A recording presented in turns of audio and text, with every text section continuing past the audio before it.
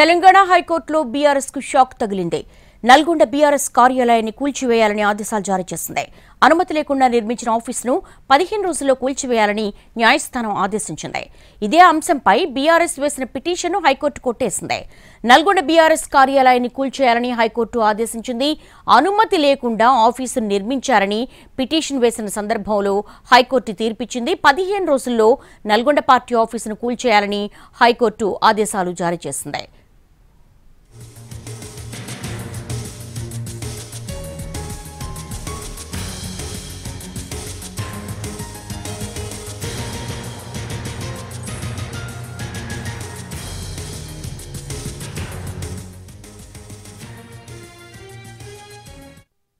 నిర్మాణం పూర్తి చేసుకున్న బీఆర్ఎస్ పార్టీ కార్యాలయాన్ని మున్సిపల్ శాఖ రెగ్యులరైజ్ చేయాలని బీఆర్ఎస్ పార్టీ హైకోర్టును ఆశ్రయించింది.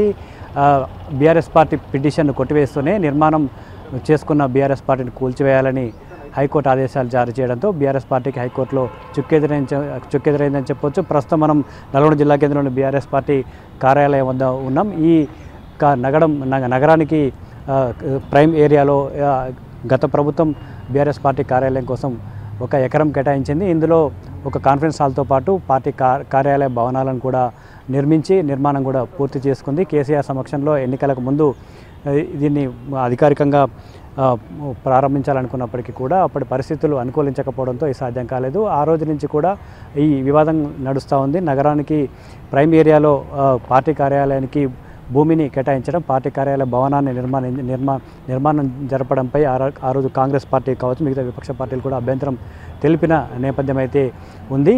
దీనికి సంబంధించి ఎలాంటి అనుమతులు లేకుండా నిర్మాణం పూర్తి చేసుకున్న ఈ భవనాన్ని కూల్చివేయాలని మున్సిపల్ శాఖ కూడా పిటిషన్లు రావడంతో దానిపైన స్పందించిన మున్సిపల్ శాఖ బీఆర్ఎస్ పార్టీకి నోటీసులు జారీ చేసింది.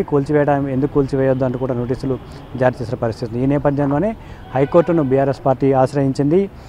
తమ భవనం నిర్మాణం పూర్తి చేసుకున్న నేపథ్యంలో ఈ భవనాన్ని రెగ్యులరైజ్ చేయాలి అంటూ కూడా పిటిషన్ దాఖలు చేసిన నేపథ్యంలో పూర్తిగా బీఆర్ఎస్ పార్టీ ఇచ్చిన పిటిషన్ను తిరస్కరిస్తూనే కొట్టివేస్తూనే నిర్మాణం ఎలాంటి అనుమతి లేకుండా నిర్మాణం పూర్తి చేసుకున్న భవనాన్ని ఎందుకు కూల్చివేయొద్దో చెప్పాలంటూనే 15 రోజుల్లో దీనంతా కూడా కూల్చివేయాలని కూడా ఆదేశాలు జారీ చేసిన పరిస్థితి ఉంది.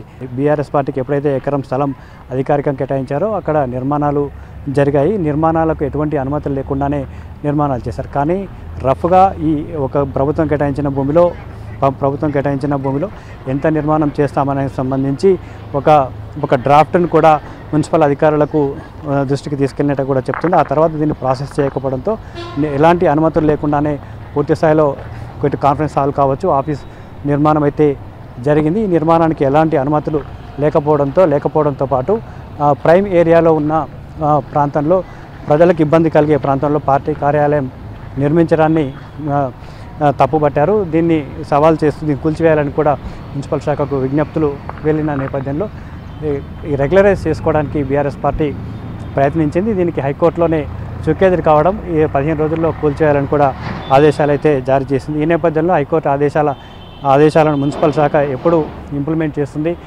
బీఆర్ఎస్ పార్టీ హైకోర్టు ఇచ్చిన ఆదేశాలపైన ఏ విధంగా ముందుకెళ్తుంది అనేది చర్చనీయాంశంగా మారింది. మరోవైపు బీఆర్ఎస్ పార్టీ కూడా ఇప్పుడు నల్గొండ జిల్లానే కావచ్చు, వేరువేరు ప్రాంతాల్లో ఉన్న పార్టీ కార్యాలయాలకు కూడా ఎలాంటి అనుమతులు లేవు.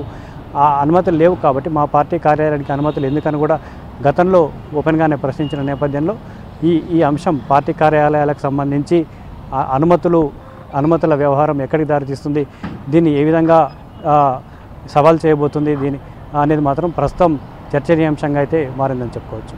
కెమెరామెన్ బాలుతో విజయభాస్కర్, ఎన్టీవీ, నల్గొండ జిల్లా.